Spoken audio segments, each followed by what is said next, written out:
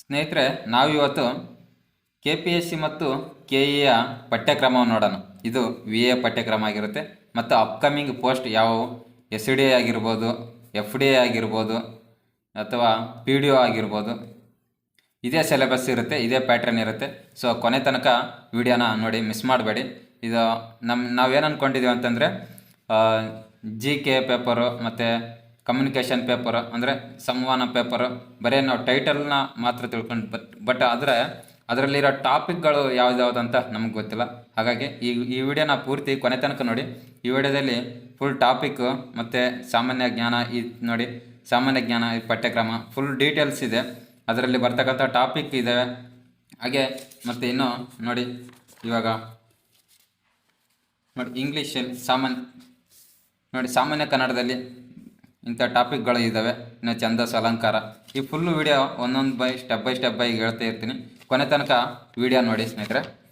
ಪತ್ರಿಕೆ 1 ಇದು ಪತ್ರಿಕೆ 1 100 ಮಾರ್ಕ್ಸಿಂದ ಆಗಿರುತ್ತೆ ಸ್ನೇಹಿತರೆ. ಇದು ಎಷ್ಟು 100 ಮಾರ್ಕ್ಸು, 100 ಕ್ವಶನ್ಸ್ ಇರ್ತವೆ, 100 ಮಾರ್ಕ್ಸು. ಇದು ಟೈಮಿಂಗ್ಸು 1.5 ಗಂಟೆ ಇರುತ್ತೆ, ಅಂದರೆ 1 hour 30 minutes ಟೈಮಿಂಗ್ಸ್ ಇರುತ್ತೆ. ಬನ್ನಿ ಇವಾಗ ಟಾಪಿಕ್ ಯಾವುದು ಏನಂತ ನೋಡೋಣ. ನೋಡಿ, ಮೊದಲನೇದು ಪ್ರಚಲಿತ ಘಟನೆಗಳಿಗೆ ಸಂಬಂಧಿಸಿದ ವಿಷಯಗಳು, ಅಂದರೆ ಸಾಮಾನ್ಯ ಜ್ಞಾನ. ಪ್ರಚಲಿತ ಘಟನೆಗಳಿಗೆ ಸಂಬಂಧಿಸಿದ ವಿಷಯಗಳ ಸಾಮಾನ್ಯ ಜ್ಞಾನ. ಎರಡನೇದು ನೋಡಿ ಸಾಮಾನ್ಯ ವಿಜ್ಞಾನದ ವಿಷಯಗಳು, ಎರಡನೇದು. ಇನ್ನು ಮೂರನೇ ಪಾಯಿಂಟ್ ನೋಡಿ, ಭೂಗೋಳಶಾಸ್ತ್ರದ ವಿಷಯಗಳು. ನಾಲ್ಕನೇದು ನೋಡಿ, ಸಮಾಜ ವಿಜ್ಞಾನದ ವಿಷಯಗಳು. ಐದನೇದು ನೋಡಿ, ಭಾರತದ ಮತ್ತು ಕರ್ನಾಟಕದ ಇತಿಹಾಸ. ಇನ್ನು ಆರನೇದು, ಭಾರತೀಯ ಸಮಾಜ ಮತ್ತು ಅದರ ಬೆಳವಣಿಗೆಗಳು, ಇತಿಹಾಸದ ವಿಷಯಗಳು. ನೋಡಿ ನೆಕ್ಸ್ಟ್ ಏಳನೇದು, ಭಾರತದ ಸಂವಿಧಾನ ಮತ್ತು ಸಾರ್ವಜನಿಕ ಆಡಳಿತ. ಇನ್ನು ಎಂಟನೇದು ನೋಡಿ, ಕರ್ನಾಟಕದ ಸಾಮಾಜಿಕ ಮತ್ತು ಸಾಂಸ್ಕೃತಿಕ ಇತಿಹಾಸ. ನೆಕ್ಸ್ಟ್ 9ನೇದು ನೋಡಿ, ಪ್ರಾಯೋಗಿಕ ಜ್ಞಾನ ಮತ್ತು ವಿಷಯಗಳು, ಅಂದರೆ ಇದು ಮೆಂಟಲ್ ಅಬಿಲಿಟಿದಾಗಿರುತ್ತೆ, SSLC ಮಟ್ಟದಲ್ಲಿ ಇರುತ್ತೆ ಸ್ನೇಹಿತರೆ ಇದು. ಇನ್ನು 10ನೇದು ನೋಡಿ, ಸ್ವಾತಂತ್ರ್ಯ ನಂತರದಲ್ಲಿ ಕರ್ನಾಟಕದ ಭೂ ಸುಧಾರಣೆಗಳು ಮತ್ತು ಸಾಮಾಜಿಕ ಬದಲಾವಣೆಗಳ ವಿಷಯಗಳು. ಇನ್ನು ನೋಡಿ 11ನೇದು, ಕರ್ನಾಟಕದ ಅರ್ಥವ್ಯವಸ್ಥೆ, ಅದರ ಸಾಮರ್ಥ್ಯ ಮತ್ತು ದೌರ್ಬಲ್ಯತೆ, ಪ್ರಸ್ತುತ ಸ್ಥಿತಿಗಳ ಕುರಿತು ವಿಷಯಗಳು ಬರುತ್ತೆ ಹೇಳಿದ್ದಾರೆ.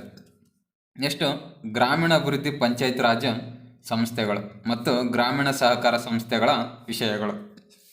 13ನೇದು ನೋಡಿ, ಕರ್ನಾಟಕ ಪರಿಣಾಮಕಾರಿ ಆಡಳಿತಕ್ಕಾಗಿ ವಿಜ್ಞಾನ ಮತ್ತು ತಂತ್ರಜ್ಞಾನದ ಪಾತ್ರ ಕುರಿತು ವಿಷಯಗಳು ಅಂತ ಹೇಳಿದ್ರೆ. ಇನ್ನು 14, ಕರ್ನಾಟಕದ ಪರಿಸರ ಸಂಬಂಧಿ ಸಮಸ್ಯೆಗಳು ಮತ್ತು ಅಭಿವೃದ್ಧಿ ಕುರಿತು ವಿಷಯಗಳು ನೋಡಿ. 15, ಬೌದ್ಧಿಕ ಸಾಮರ್ಥ್ಯದ ವಿಷಯಗಳು, ಅಂದರೆ ಮೆಂಟಲ್ ಎಬಿಲಿಟಿ. ನೆಕ್ಸ್ಟ್ ನೋಡಿ, ಸಂವಹನ ಪತ್ರಿಕೆ, ಅಂದರೆ ಕಮ್ಯುನಿಕೇಷನ್ ಪೇಪರ್. ಇದರಲ್ಲಿ ಸಾಮಾನ್ಯ ಕನ್ನಡ ಮತ್ತು ಸಾಮಾನ್ಯ ಇಂಗ್ಲೀಷ್, ಕಂಪ್ಯೂಟರ್ ಜ್ಞಾನ ಇರುತ್ತೆ. ನೋಡಿ, ಸಾಮಾನ್ಯ ಕನ್ನಡಕ್ಕೆ 35 ಮಾರ್ಕ್ಸ್ ಇರುತ್ತೆ. ಇನ್ನು ಸಾಮಾನ್ಯ ಇಂಗ್ಲೀಷ್ಗೆ 35 ಮಾರ್ಕ್ಸ್ ಇರುತ್ತೆ. ಕಂಪ್ಯೂಟರ್ ಜ್ಞಾನಕ್ಕೆ 30 ಮಾರ್ಕ್ಸ್ ಇರುತ್ತೆ. ಇದಕ್ಕೆ ಸಮಯ ಕೂಡ, ಇದು ಸಮಯ 2 ಅವರ್ ಇರುತ್ತೆ ಸ್ನೇಹಿತರೆ. ಇದು 2 ಅವರ್ ಇರುತ್ತೆ. ಬನ್ನಿ ಇದರಲ್ಲಿ ಇರೋ ಟಾಪಿಕ್ನ ನಾವು ನೋಡ್ತಾ ಹೋಗೋಣ.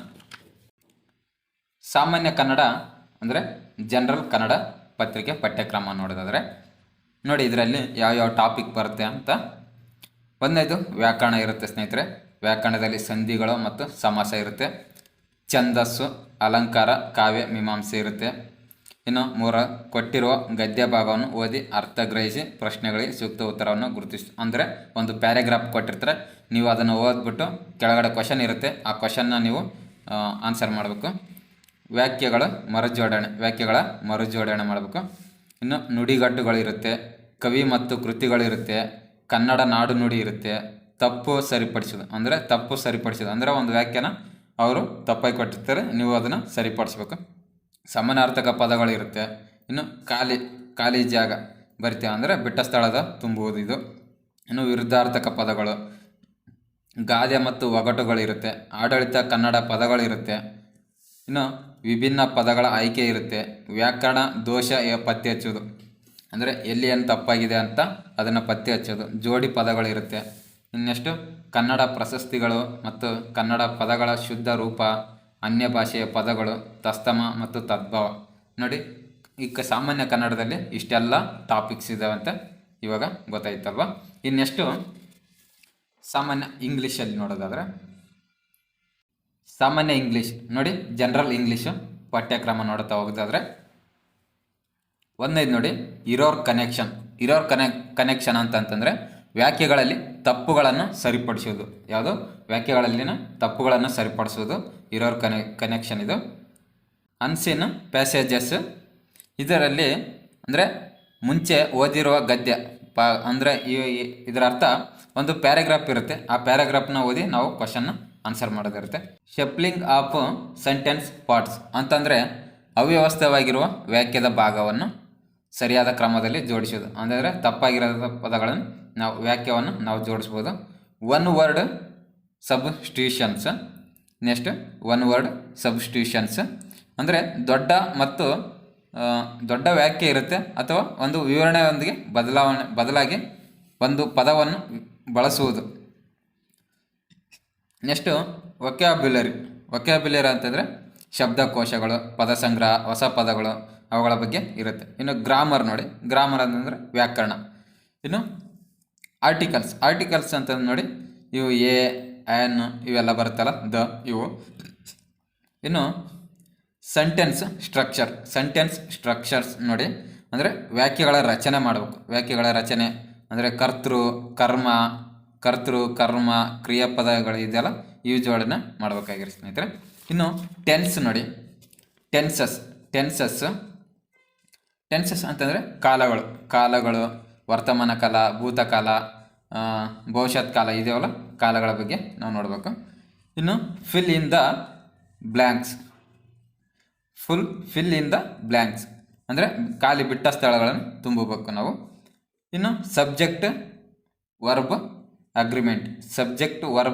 ಅಗ್ರಿಮೆಂಟ್ ಅಂದರೆ ವಾಕ್ಯದಲ್ಲಿ ಕರ್ತೃ ಅಂದರೆ ಸಬ್ಜೆಕ್ಟ್ ಮತ್ತು ಕ್ರಿಯಾಪದದಲ್ಲಿ ವರ್ಬ್ ನಡುವಿನ ವ್ಯಾಕರಣ ಒಪ್ಪಂದ ಅಥವಾ ಹೊಂದಾಣಿಕೆ ಮಾಡೋದು.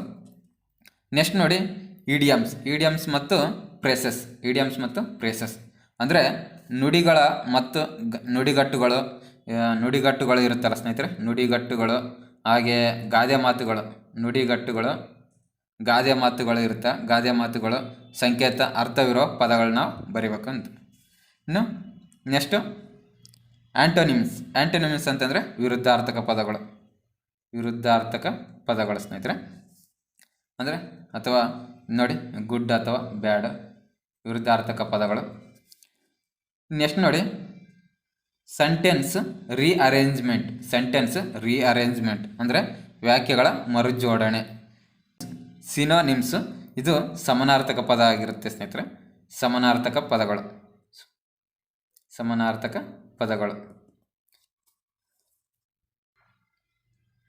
ನೆಕ್ಸ್ಟ್ ಕಂಪ್ಯೂಟರ್ ಜ್ಞಾನ ಪಠ್ಯಕ್ರಮ. ಕಂಪ್ಯೂಟರ್ ಜ್ಞಾನದ ಬಗ್ಗೆ ನೋಡೋದಾದರೆ ನೋಡಿ, ಇದರಲ್ಲಿ ಬರ್ತಕ್ಕಂಥ ಟಾಪಿಕ್ಕು ಒಂದನೇದು ಲಾಜಿಕ್ ಗೇಟ್ ಸಂವಹನ ಅಂದರೆ ಕಮ್ಯುನಿಕೇಷನ್ ಬೇಸಿಕ್ ಇಂಟ್ರೊಡಕ್ಷನ್. ನೆಕ್ಸ್ಟು ಮೂರನೇದು ನೆಟ್ವರ್ಕಿಂಗ್ LAN WAN ಮತ್ತು MAN ಮ್ಯಾನ್. ನೆಕ್ಸ್ಟ್ ನೋಡಿ ಆರನೇದು hardware. Next software. Data base ಪರಿಚಯ ಅಂತಂದರೆ ಡೇಟಾಬೇಸ್ ಇಂಟ್ರೊಡಕ್ಷನ್. ಸಂಖ್ಯಾ ಪದ್ಧತಿ ನಂಬರ್ ಸಿಸ್ಟಮ್, ಅಂತರ್ಜಾಲ ಇಂಟರ್ನೆಟ್. ಭದ್ರತೆ ಸಾಧನಗಳು ಅಂದರೆ ಸೆಕ್ಯೂರಿಟಿ ಟೂಲ್ಸ್, ವೇರಿಯಸ್ ಹ್ಯಾಕರ್. ಇನ್ನು MS Windows, MS office, MS Windows ಮತ್ತು MS ಆಫೀಸ್. ನೆಕ್ಸ್ಟ್ ನೋಡಿ 11ನೇದು ಗಣಕಯಂತ್ರ ಇತಿಹಾಸ ಅಂದರೆ ಹಿಸ್ಟರಿ ಆಫ್ ಕಂಪ್ಯೂಟರ್. ಸ್ನೇಹಿತರೆ, ಇದು VA ಸಿಲೆಬಸ್ಸು ಮತ್ತು ಅಪ್ಕಮಿಂಗ್ ಪೋಸ್ಟ್ ಆದಂಥ PDO ಆಗಿರ್ಬೋದು, KE ಮತ್ತು KPSC ಸಿಲೆಬಸ್ ಕೂಡ ಇದೇ ಆಗಿರುತ್ತೆ ಸ್ನೇಹಿತರೆ. ಈ ವಿಡಿಯೋ ಏನಾದರೂ ನಿಮ್ಗೆ ಇಷ್ಟ ಆಗಿದ್ರೆ ನಮ್ಮ ಯೂಟ್ಯೂಬ್ ಚಾನಲನ್ನು ಸಬ್ಸ್ಕ್ರೈಬ್ ಮಾಡ್ಕೊಳ್ಳಿ. ಮತ್ತು ಈ ಕಂಪ್ಯೂಟರ್ ಮತ್ತು ಈ ಕಮ್ಯುನಿಕೇಷನ್ ಪೇಪರ್ಗೆ ಸಂಬಂಧಪಟ್ಟಂಥ ಹಾಗೆ ಇನ್ನು GK ಸಂಬಂಧಪಟ್ಟಂಥ ಓಲ್ಡ್ ಕ್ವಶನ್ ಪೇಪರ್ ಆಗಲಿ ಇನ್ನು ಒಂದಿಷ್ಟು ಕ್ಲಾಸಸ್ನ ಮಾಡ್ತೀನಿ. ನಮ್ಮ ಯೂಟ್ಯೂಬ್ ಚಾನಲನ್ನು ಸಬ್ಸ್ಕ್ರೈಬ್ ಮಾಡ್ಕೊಳ್ಳಿ, ಸಪೋರ್ಟ್ ಮಾಡಿ. ಮತ್ತು ನೆಕ್ಸ್ಟ್ ವೀಡಿಯೋದಲ್ಲಿ ಸಿಗೋಣ. Thank you.